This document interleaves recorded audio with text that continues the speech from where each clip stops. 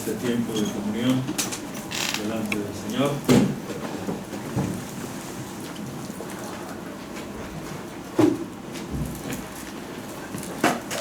A ver si podemos tener listo la proyección. Antes de abrir la palabra en 2 Timoteo, capítulo 1, pues que sepáis que ayer fue un buen tiempo en que las hermanas por la tarde os juntasteis para estudiar la palabra y ver esta serie de biografías bíblicas que están siendo y van a ser de mucha edificación para vosotras. Y quiero animar a las que no pudisteis venir o no podréis venir, para que ante esa imposibilidad pues que lo hagáis en casa y que lo hagáis a nivel personal. Hay varias hermanas que por lejanía o cuestión de horario pues no podéis estar, pues, porque el estudio de la palabra es luz para nuestra alma, enciende nuestras vidas, aviva nuestro corazón. Así que permitidme que anime en este sentido a que lo hagamos bien, ¿vale? El domingo pasado, terminamos, queridos, de ver la primera carta a Timoteo. Y ahí vimos cómo Pablo hablaba tristemente de algunos que se desvían, que enseñan otra cosa. Gracias. Y que no caminan en la verdad. Y decía una frase que es triste, y es que algunas personas que conocen el Evangelio y saben de Cristo, se toman la vida cristiana, el apóstol le llama la vida de piedad, como una fuente de ganancia, una fuente de beneficios. Y decíamos que eso no es correcto. No es correcto por muchas razones, ya lo explicamos. Explicamos algunas razones, pero hay muchas más. Por ejemplo, hay personas que usan la vida cristiana o la vida de iglesia pues solo para su conveniencia o para su interés personal, no para servir al Señor. Pues en la iglesia y la vida cristiana se encuentran amistades, amigos que conoces, se recibe una enseñanza y una instrucción, los adultos y los niños, nos podemos ayudar mutuamente. Es decir, hay personas que usan solo esas cosas que son buenas, pero a la vez descuidan su corazón y no caminan con una honestidad, con una honesta vida de piedad. No se acercan en comunión al Señor, no viven cerca del Señor, son negligentes en cuanto a los dones que han recibido, o son indiferentes a las necesidades de otros, les da igual la vida de iglesia, solo quieren consumir, ¿no?, en vez de servir, consumistas en vez de siervos. El Señor dijo: el Hijo del Hombre no vino para ser servido, sino para servir. Y no seas vencido de lo malo, sino vence con el bien el mal. En medio de la vida cristiana, en medio de las congregaciones, tristemente hay personas así, que se toman la vida de piedad como una fuente de ganancia, como si fueran solo para beneficiarse personalmente. No se refiere solo y exclusivamente al dinero. Estos son algunos ejemplos, que podríamos hablar de muchos más, ¿verdad? Y con esa transición el apóstol se va a la segunda Timoteo, que fue escrita solo unos años más tarde. La primera carta a Timoteo se sitúa a principios o a mediados de los años 60, ya por el 63, y esta segunda carta que vamos a comenzar hoy está datada, registrada, casi todos los datos históricos que hay, comentaristas del segundo siglo principalmente la sitúan a final de los años 60, allá por el 67 en adelante. casi la misma fecha que cuando Pedro, el apóstol, escribió su segunda epístola también. Él hablaba de que el Señor le había indicado que le quedaba poco tiempo. Y Pablo dice lo mismo: estoy a punto de ser sacrificado. Pero es porque estaban siendo perseguidos. El gobierno romano iba a por los creyentes y primero iba a por los líderes, a por los siervos de Dios. De hecho, Pablo, cuando escribe esta carta, a final de los años 60, está encarcelado. Suponemos que en la prisión en Roma, porque desde ahí pide que Timoteo venga. Así que yo le llamo a esta carta el testamento vital del apóstol, ¿no? El testamento vital, o el último testamento del apóstol Pablo, ¿vale?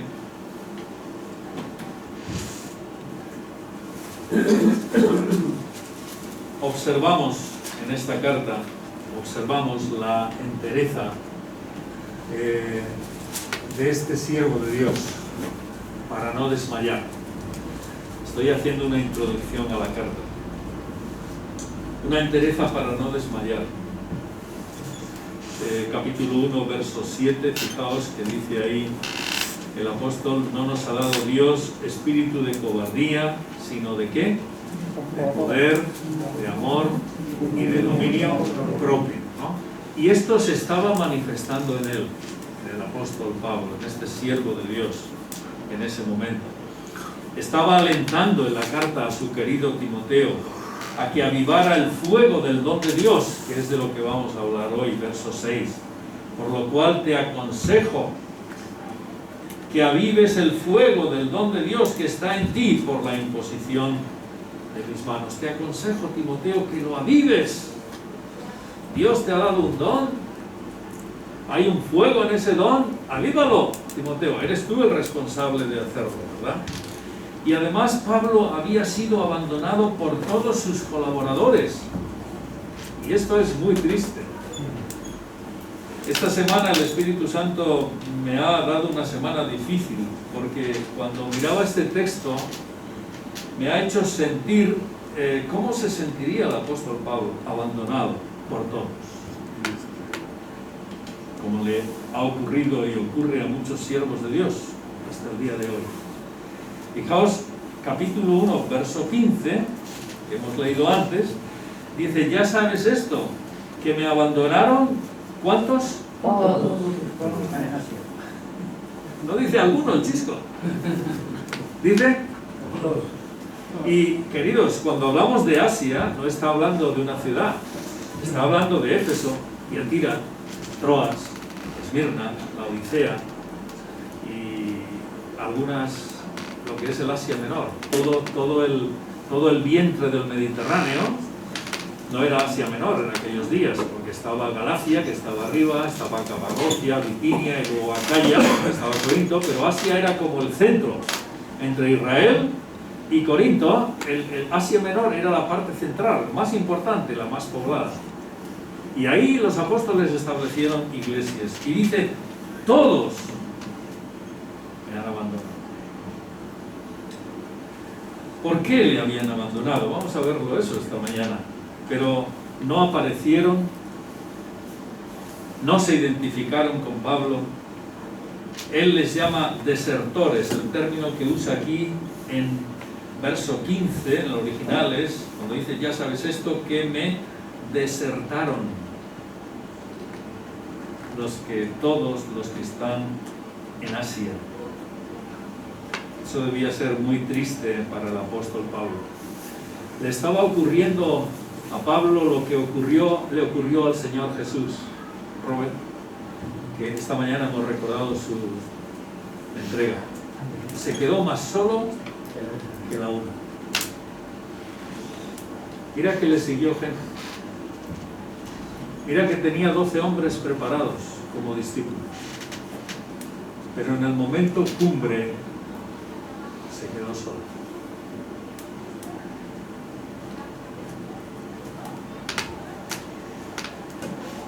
Y todo, queridos, todo eso ocurre porque estos colaboradores de Asia que Pablo tenía Y esos discípulos que seguían al Señor, el miedo y la cobardía pudo más que su obediencia al Señor.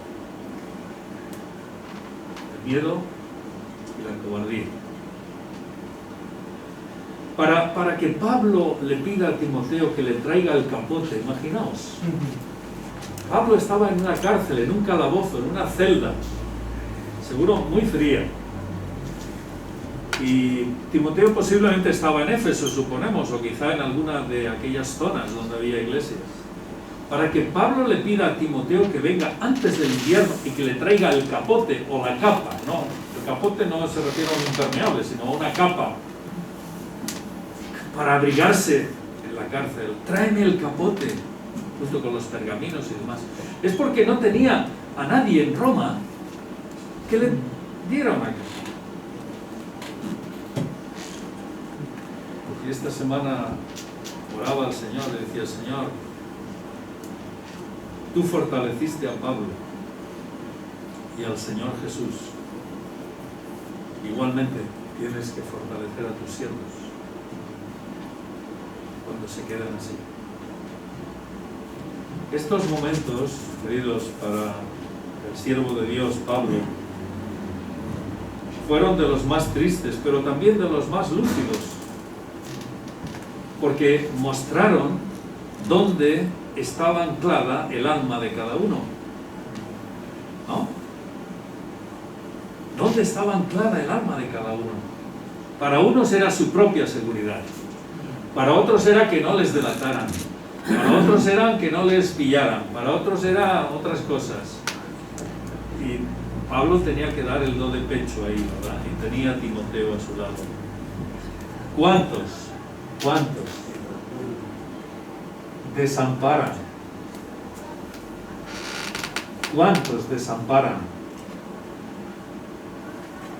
la obra de Dios y a sus siervos? ¿Cuántos? Y desertan, desaparecen, se esfuman. ¿Por qué? Porque ven venir el sufrimiento.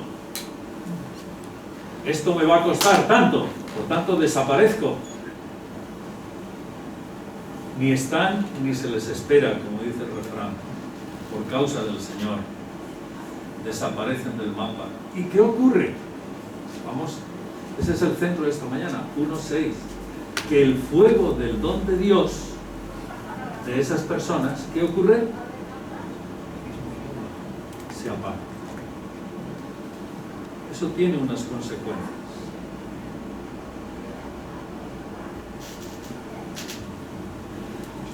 Cuando en los años 80 supimos que aún quedaban hermanos de la Europa del Este encarcelados y aprisionados en los campos de concentración, nos pusimos en contacto con una misión que trabajaba y ayudaba a ellos y les llevaba capotes, comida y otras muchas cosas en diversos países de la Europa del Este. Y recordáis algunos que enviamos muchas cosas varias veces para ellos. Y lo que decían era que ellos estaban ahí porque habían permanecido, habían perseverado, y otros se habían escondido o habían sido fieles allá en sus pueblos, en sus ciudades, pero no les habían perseguido por la gracia de Dios. Pero muchos se habían escondido. Recuerdo el testimonio de algunos hermanos escribiendo.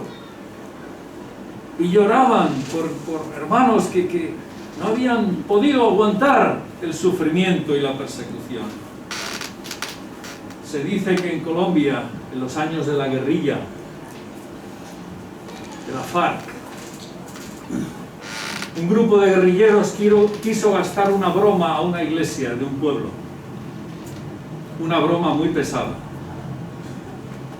Pero llegaron una mañana un comando de 8 o 10, y cuando estaban así reunidos, el sargento de ellos pasó al frente, quitó a los hermanos que estaban compartiendo y dijo: esta mañana estamos aquí para matar a todos.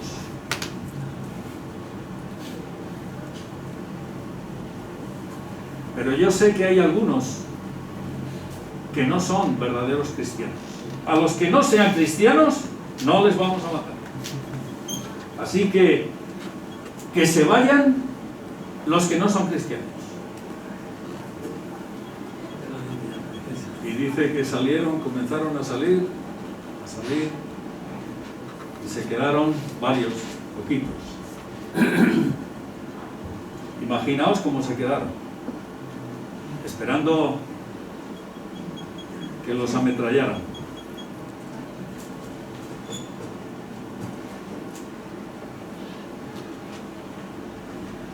Y el sargento dijo: yo cuando niño estuve en una iglesia y no les voy a matar, pero yo sé que hay personas que asisten a las iglesias y no aman a Jesucristo. Yo lo sé. Así que de hoy en adelante a ustedes nadie les tocará. Pero ahora sabemos quiénes son los cristianos de este pueblo. Y se fue. Una prueba de fuego, ¿verdad? Una broma. No vaya broma. Y quizá algunos creyentes salieron del miedo que no pudieron soportar.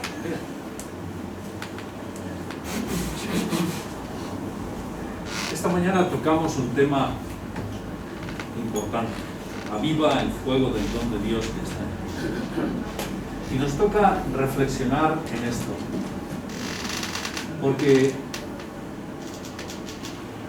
el diablo sabe los temores que tú tienes, y el diablo sabe lo que te puede detener y paralizar, y cada día está intentando paralizarte para que no vivas como hijo de Dios. ¿Recordáis Santiago 5 cuando dice que someteos a Dios, resistid al diablo y él huirá de vosotros? Ahora, ¿qué hizo Pablo? ¿Cómo saltó los obstáculos del miedo?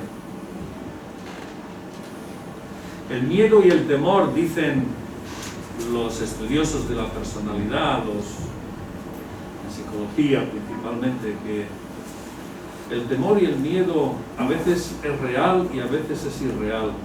El temor y el miedo nos puede paralizar, nos puede detener. Y a veces el temor y el miedo solo están aquí. Pero dice Pablo que Dios no nos ha dado espíritu de cobardía, capítulo 1, verso 7, sino ¿de qué? Poder, amor y dominio propio.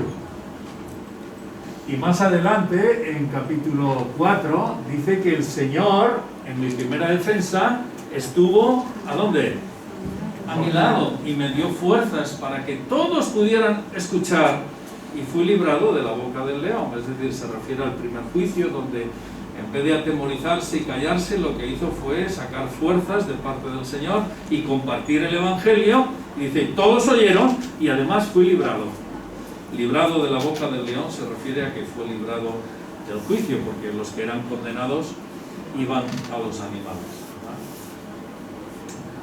A lo largo de su carta, también en esta carta, Pablo muestra a Timoteo cómo poder avivar ese fuego del don de Dios que está en nosotros. Y eso lo vamos a ir viendo. A lo largo de este mes vamos a ir viendo que hay que sobreponerse al temor en medio de las aflicciones, hay que retener las sanas palabras del Señor, hay que esforzarse en el sacrificio, en la disciplina, en el trabajo, igual que hacen pues un soldado, un atleta, un labrador, capítulo 2. Hay que perseverar en el apego y amor a las Escrituras,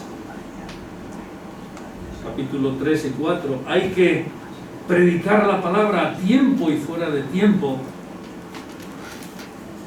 Esas son las maneras en las que Pablo dice que hay que avivar, o se puede avivar el fuego del don de Dios. Y este sería el resumen de la carta. Un testamento y un ruego urgente para Timoteo: aviva lo que Dios nos ha dado, porque son momentos difíciles, ¿verdad? Versos 3 al 7. El apóstol comienza diciéndole algunas cosas importantes a Timoteo. En primer lugar, le dice, por la muestra de cariño y relación que había con él, que se acuerda de él, verso 3. Sin cesar me acuerdo de ti. ¿Dónde? En mis oraciones. Y me acuerdo de ti en mis oraciones noche y día. Es decir, Timoteo, estás en mi corazón. No es que de vez en cuando me acuerdo de ti, sino que para mí estás presente constantemente cuando me acerco al Señor y me acuerdo de ti, aún donde estoy en la cárcel. No me autocompadezco constantemente, sino que ruego por ti, Timoteo. Porque me acuerdo, fijaos qué bonito, verso 4, deseando verte al acordarme de ¿qué? De tus lágrimas. Es decir, el apóstol recordaba seguramente cuando se despidió Timoteo de él, como Timoteo, como un hijo, lloraba al despedirse de su padre espiritual. Y solo ese recuerdo, dice Pablo, me llena de gozo, de alegría. Solo saber que tú tienes un corazón entregado al ministerio. No solamente llorabas porque te despedías de mí, sino porque amas al Señor, me amas a mí y amas las cosas de Dios. Eso significa que me acuerdo de tus lágrimas. También me acuerdo, verso 5, traigo a la memoria la fe no fingida que hay en ti, Timoteo. Hay una fe sincera, una fe honesta, una fe clara, una fe que va adelante en medio de las circunstancias. Una fe sincera. Y el término sincero, que pasa del griego al latín, significa que no tenía nada por encima, sino que era tal cual, ¿verdad? Timoteo, igual que tu madre y tu abuela. Como sabéis, el padre de Timoteo era un hombre griego, no se dice mucho de él, solo que era griego, no judío, pero su abuela Loida y su madre Eunice sí que eran hebreas, y seguramente que ellas fueron la cuna espiritual de Timoteo. Y quizás cuando llegó el apóstol Pablo u otros hermanos predicando el Evangelio, ellos creyeron en Cristo, confiaron en Cristo, pero el pozo, el asiento espiritual, conocimiento del Señor, ya estaba. O sea, Timoteo se había criado en un hogar donde su abuela y su madre le habían acunado espiritualmente, y eso es una bendición. Yo no lo he tenido, pero doy gracias a Dios por los hijos y los nietos que crecen en casas donde puede haber ese conocimiento de Cristo. No menospreciarlo, porque ellas te enseñaron, Timoteo, a vivir sinceramente para el Señor. Y luego la vida da muchos golpes, pero esa base y ese fondo son el fundamento. Por eso apreciemos, queridos, el hogar. Apreciemos lo que podemos recibir y lo que podemos dar en nuestros hogares, mientras nuestros hijos o nuestros nietos están cerca de nosotros, porque estamos poniendo un fundamento en sus vidas. Tu abuela y tu madre, Eunice, ellas tenían una fe no fingida, y tú también. Me acuerdo de eso, Timoteo. Y ahora, como hay todo eso, mis oraciones por ti, tus lágrimas y tu deseo de servir al Señor, tu fe sincera. Ahora, Timoteo, te aconsejo, te recuerdo que avives el fuego del don de Dios que está en ti. ¿Por qué? Por la imposición de mis manos. El fuego del don de Dios que está en ti. Y quisiera aclarar, para que no haya malentendidos, ya que esto se ha torcido mucho en la historia, que cuando dice el apóstol ahí por la imposición de mis manos, está usando una figura literaria que se llama sinécdoque, donde, digamos, se dice una parte por el todo. Es decir, para no explicar todo, pues Pablo dice por la imposición de mis manos, pero había más que eso. Es decir, ha dicho una parte, pero hay más que eso, ¿no? Es como cuando se dice en el Padre Nuestro, danos el pan nuestro de cada día. Comemos más cosas que pan, ¿no? Pero en la oración está el pan. O cuando la Escritura dice que hemos de afligir nuestras almas, no solo el alma, sino que cuando nos afligimos completamente.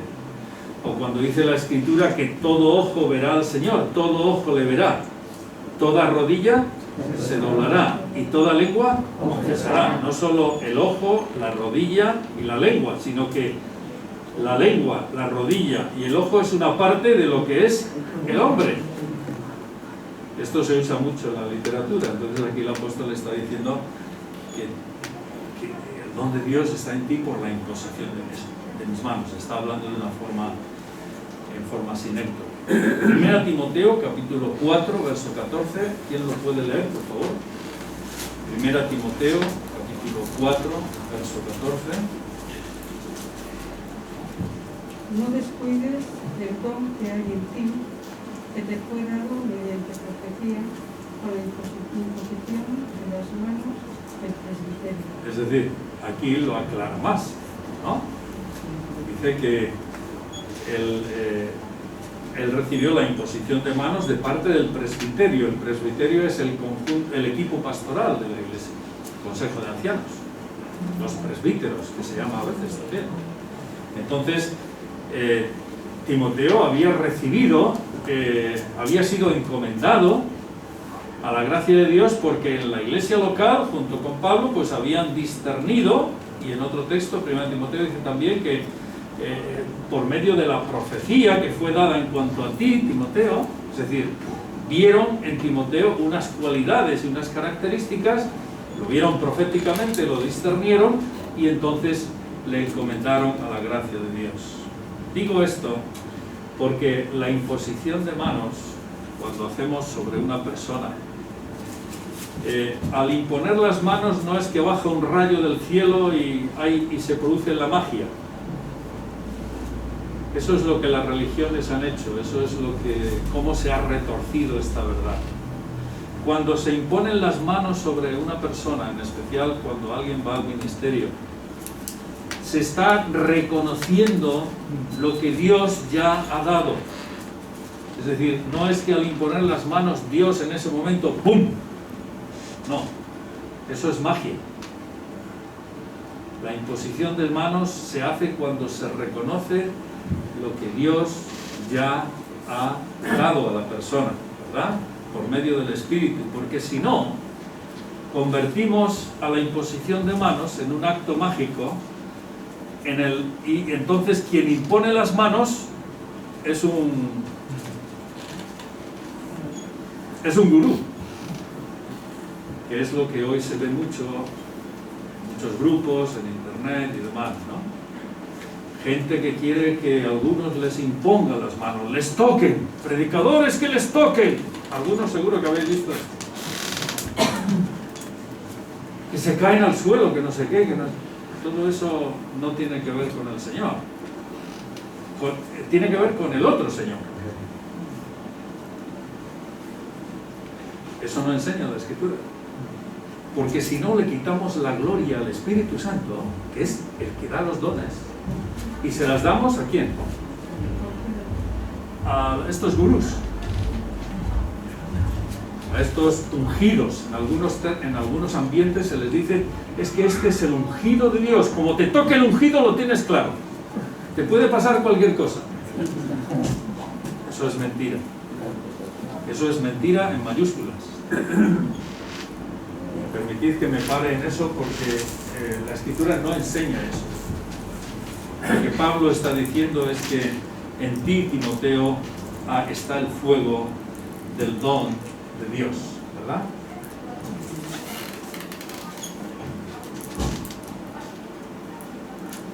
Aviva ese fuego que está en ti. ¿Por qué hay que avivarlo, Timoteo? Porque el don de Dios se puede apagar. Se puede apagar ante los muchos temores. En este caso, Timoteo corría el riesgo de la cobardía, ¿no? Fijaos lo que le dice aquí, verso 6. Verso 7, porque no nos ha dado Dios espíritu de cobardía. Cobardía ante el temor, cobardía ante el miedo.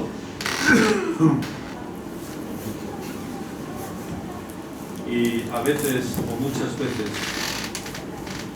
tendríamos que pedir perdón al Señor más veces por ser timoratos, por confiar más en nuestros miedos que en el poder de Dios y no descansar en el Señor. Por tanto, Timoteo, tienes que avivar ese fuego.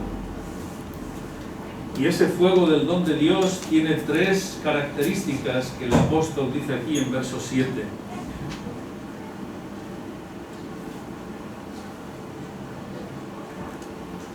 Tiene 3 características, no sé si las he puesto aquí.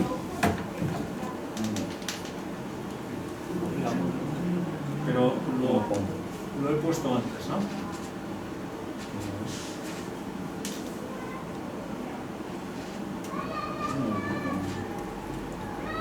Aquí está. Poder, amor y dominio propio, ¿verdad?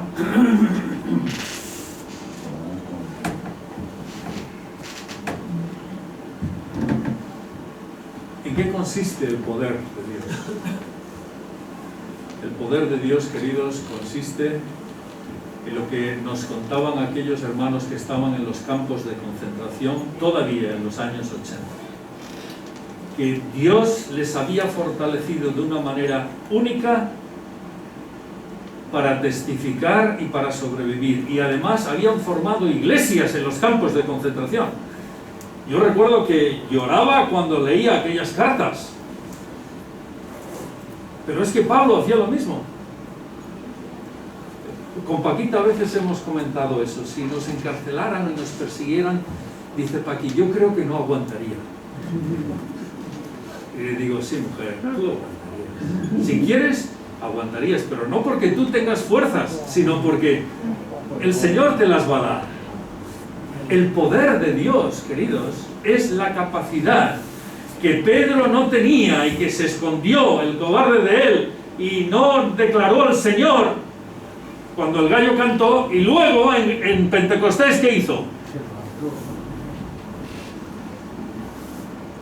Ese es el poder de Dios, que coge nuestro temor y cuando oramos y nos ponemos en sus manos, el Señor le da la vuelta al temor y lo convierte en capacidad. Poder significa capacidad.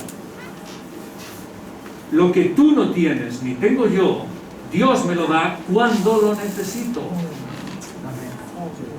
A eso se le llama poder. Y la segunda característica del Espíritu, el amor, es la entrega. El término amor significa entrega. Dios me permite que con su capacidad yo pueda entregarme a su servicio. Y el dominio propio o control, templanza, tiene que ver con mantener la firmeza en los momentos en los que, por el temor, por los miedos, por el sufrimiento, por lo que sea, pues puedo ser tentado a dejarme llevar, a dejarme arrastrar. Y entonces el Señor me da dominio propio, poder, amor y... porque eso es lo que Dios nos ha dado. No nos ha dado un espíritu de cobardía. Oímos el jueves pasado a Antonio Díez, muy querido para mí, y desde joven le tengo un cariño especial, porque él nada más convertirse al Señor, ya contó una parte el jueves, y este jueves contará la segunda. Nada más convertirse al Señor en una iglesia muy querida para mí también, donde estaba Daniel González, en la calle La Bisbal, en Barcelona. Una iglesia que fue un foco misionero para España por años, porque desde ahí había un ministerio de cursos bíblicos. Él se convirtió, conoció a Antonia, a su mujer, y se fueron a la ciudad donde no había nada, ni un creyente, Huesca. Ellos ahí han sido, no contó todo, abofeteados, hinchados, maltratados, han perdido el trabajo, han sido ninguneados, bueno, de todo. Pero ellos persistieron, ellos fueron adelante, ellos resistieron el embate y sirvieron al Señor por años. Y hoy hay una iglesia firme y fiel en Huesca, de discípulos. Gracias a Dios por siervos así. Gracias, Señor. Gracias. El Señor puede hacer lo mismo contigo y conmigo.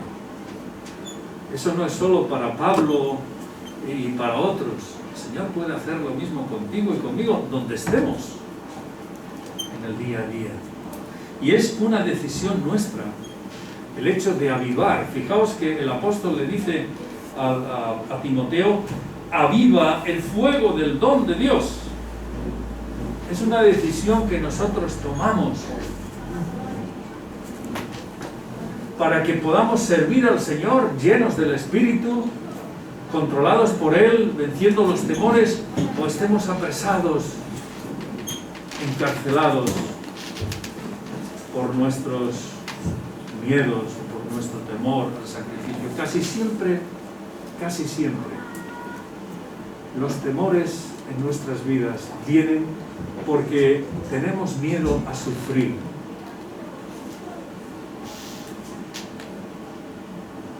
Por eso el apóstol Pablo, cuando dice 1 Timoteo que si alguno anhela obispado, ¿qué?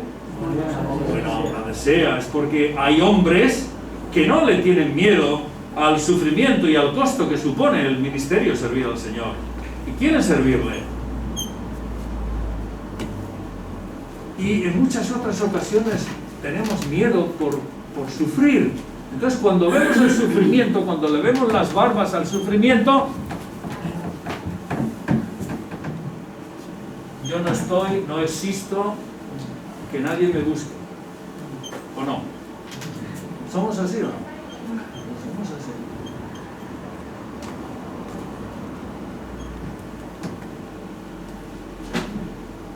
Pero la promesa en esta mañana es que Dios nos ha dado un espíritu de poder, de amor y de dominio propio. Y quisiera decir algo más, y es que el diablo sabe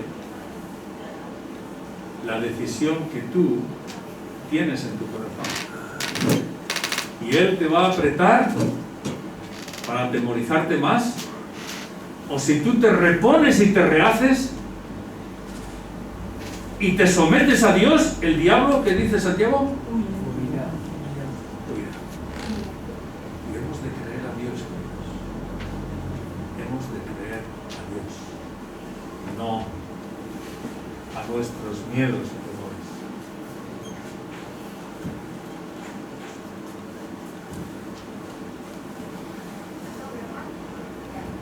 Si el apóstol pide a Timoteo que avive ese fuego del don, es porque tú y yo podemos.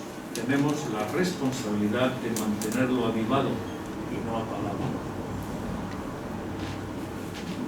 Cada uno de los creyentes, cada uno de los hijos de Dios hemos recibido un don.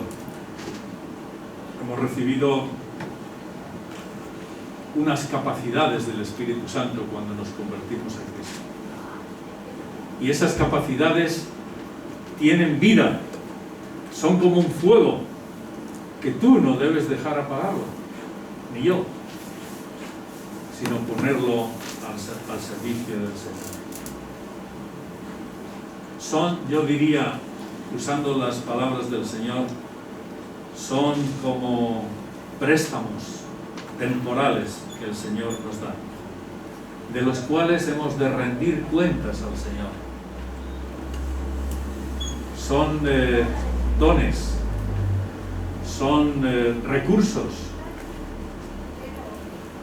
Es como aquel de la parábola, ¿no? Al que el Señor le otorgó, aquel mayordomo que le otorgó. ¿Quién se acuerda?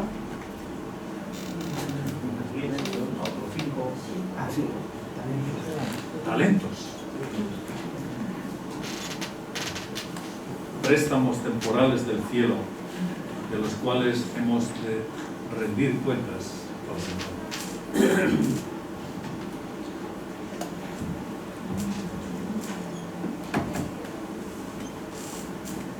Si el apóstol pide a Timoteo que avive el fuego, es porque podemos y tenemos la responsabilidad de mantenerlo avivado. Esta decisión la tomamos tú y yo, y se manifestará de una u otra manera, o solamente nos dedicamos a consumir vida cristiana, cosas buenas, o nos dedicamos a servir también, ¿no? Una u otra cosa. Estamos orando entre la iglesia para que el don de Dios que Él ha puesto en cada uno de nosotros arda con ese fuego de Dios, para que quebrantados pidamos al Señor, queridos, pidamos al Señor no dejar apagar el fuego que Él ha puesto en nosotros. O te enciendes o te apagas, o me enciendo o me apago, pero ese fuego hay que mantenerlo vivo, igual que está el de esa estufa. Detrás, esa estufa, para que esté ardiendo, tiene detrás un suministro de poder que se llama poder eléctrico. Nosotros no estamos solos. Nosotros tenemos por detrás un suministro del Espíritu Santo con poder, amor y dominio propio para resistir. ¿Por qué, queridos? Porque la iglesia del Señor somos llamados a ser la casa de Dios, columna y baluarte de la verdad. Nos toca mantenernos avivados. Dios permita que tú vivas avivado por el Señor. Y esa responsabilidad no hay que dársela al cielo, decir, Señor, avívame. No, Señor, ayúdame a avivar lo que tú, el depósito que tú ya has puesto en mí.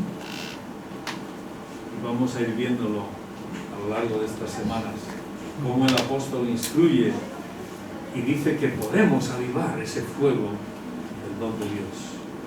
No nos conformemos con la ley del mínimo esfuerzo, sino sirvamos al Señor conforme a todo lo que Él ha puesto en nosotros. Esta mañana los hermanos recordaban que Cristo puso todo. A ti y a mí nos toca hacer lo mismo. Pero un servidor es responsable de mi vida. Yo no puedo animarte, estimularte, lo que hago esta mañana, pero yo no puedo avivar tu fuego, Roberto, ni el tuyo, Araceli, ni Nelu. Es una decisión individual. Que una vez que hemos creído en Cristo y el Espíritu Santo ha venido a nosotros, ese don ya está en nosotros. Amén. Voy a rogar que tal como estamos, alguno de vosotros, hermanos, nos despida en oración, rogando al Señor por esto, que tengamos ese corazón dispuesto a avivar el fuego del don de Dios.